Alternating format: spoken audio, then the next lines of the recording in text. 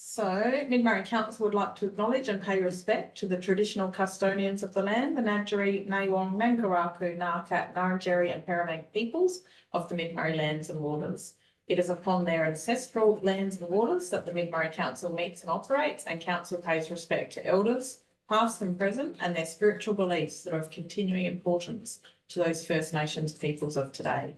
Council further acknowledges the contributions and important role First Nations peoples continue to play within the community, and we extend that respect to any peoples in attendance here today.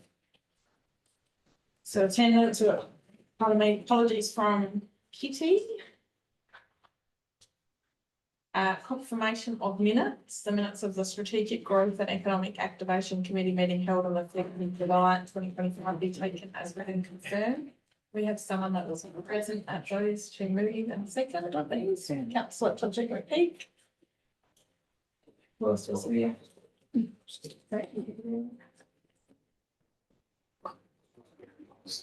Councillor Davis, would you have a second that? Perfect. All those in favour? Excellent. Thank you. Declaration of interest. Does anyone have a conflict that they need to note? No. Mandy, any conflicts? No. Online, any conflicts? No. No. Perfect. Deputations are nil. 7.1. The recommendation is the committee work plan 24 to 27 report and the Strategic Growth and Economic Activation Committee agenda be received. Do we have a mover for that? Councillor Todrick Peak, and a seconder. Thank you, Neville. Does anyone want to talk to that? Yep, just probably provide a few additional updates since the report was prepared, primarily in relation to the regional planning and the code amendment. In terms of the regional plan, some correspondence that we received from the Minister for Planning indicates that a recommendation from the Planning Commission is forthcoming to him, in which case here we're recommending the adoption of the regional plan by the end of the year at this stage. It's the indication. It was sort of initially muted as November, or I think it's probably going to be December at this stage. I'm still chasing up and liaising with an officer from the department just to confirm where we stand as regards to any amendments to the regional plan as a result of our growth strategy. My indications are that we're unlikely to get those incorporated, primarily around the way the department's processes work, around the way they treat submissions. So the fact that it wasn't made during the consultation period, they won't consider it as post-consultation considerations. I'm still waiting for that to be confirmed as to what has been incorporated. We've been playing phone tag since Monday, so I was hoping to have an update today for you. The scenario is that if those recommended changes from the growth strategy are not incorporated into the regional plan, we then have the opportunity to initiate amendments to the regional plan after its adoption. So in terms of what that might look like, I'll bring a report back to the committee as to what elements of the growth strategy we want to push as a council forward, because there are a number of landholders who made submissions as to land they wanted to be rezoned. So by having in the growth strategy and the regional plan, then if they wish to initiate a code amendment or a joint code amendment with council, then we've got more leverage to get that and support to do that. So I'll hopefully have more information as to process at the next meeting. As far as the open dark sky code amendment, just reflecting on the report, we did receive a letter from the Minister declining to initiate the code amendment, primarily on the basis that the regional plan has a statement that council is to lead the investigation. So we had the dark sky acknowledged in the regional plan as a spatial layer, but we also had action in there. And because it said council would, he's declined. Was it that specific, Gary? Yes, it was that specific. Yes, it did council. Yeah. We'll do GoFundMe. Yeah, well, but in that letter, it did sort of say that he would facilitate a meeting with SATC to outback communities and Kakalika community reps, which occurred last Friday morning. It was just a bit of an information showing pretty much everything Jared and I met with SATC, we met with you earlier, same thing, very supportive, just don't have the deep pockets. Department said, yes, they might have the capacity, the resources, but not the capacity given the work plan associated with their housing roadmap. And you would recall, Simone, from the letters we've received from the minister, it's all about the housing roadmap and priorities within it. They did speak about, putting a budget bid in for next financial year. So we could potentially pursue that. I also indicated that we've lodged an application with PIRSA for the Enabling Infrastructure Program.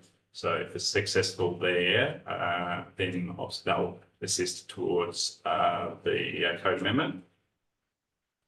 The department have said that they would provide me with documentation to help streamline the code amendment in terms of what should we and should not do in terms of engaging a consultant. So basically not over capitalising consultancies. Also, all the investigations that would be required as part of the code amendment to support it. So that's good too, because that gives us a nice scope of works as to what we need to do going forward with the code amendment. And I think that's it. Primarily, as the main updates from the report there. Happy to take any questions. Does anyone have any questions on the work plan? My only query would be, is there any reason why we can't, even though we've got the PIRSA bid in, also apply out of their budget? Well, I think they're talking about providing support, not budget at this stage, because they'll have to go through the budget bid process for 26-27. Yeah. So nothing in this financial year other than that in kind in terms of what we need to do. Yeah. If other grants come up in the meantime that are more attuned to what we're trying to achieve, we'll keep chasing those. There is some budget set aside in our budget, but we're trying to minimise utilising that if we can get this other funding. But it might be that, some of that might provide us with the initial engagement of consultant to do some preliminary work to get to the stage when we need to do full investigations for the code amendment. I think it would be a good look, considering we've closed the calls at 30 grants. We need to be very aware of. Yes, conscious. Yeah. Yeah. Any other questions? Any online? No? If not, we'll put that motion up. All those in favour? And against, that is carried. 7.2, the recommendation is a disability access and inclusion plan update report being received. We're going to move it for that. Thank you, Councillor Tochick-Pete. Thank you, Neville. Anyone wish to speak on that? Just going to say very quickly. So this report was prepared at the request of Councillor Hammond. She wanted, as part of the review of the day, she asked if we could have a report on the progress of the current one. So that's what's been presented. Michelle has done that review. Yeah, got any questions? Thanks. Anyone have any questions? No?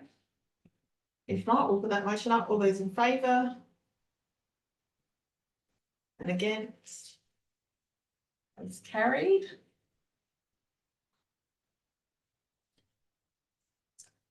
8.1. recommendation is the tourism update report on the strategic growth and economic activation committee agenda be received. We have a mover.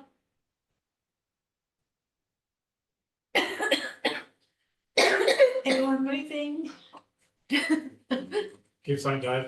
There you go. Thank you, Dave. Seconder. Thank you, Jen.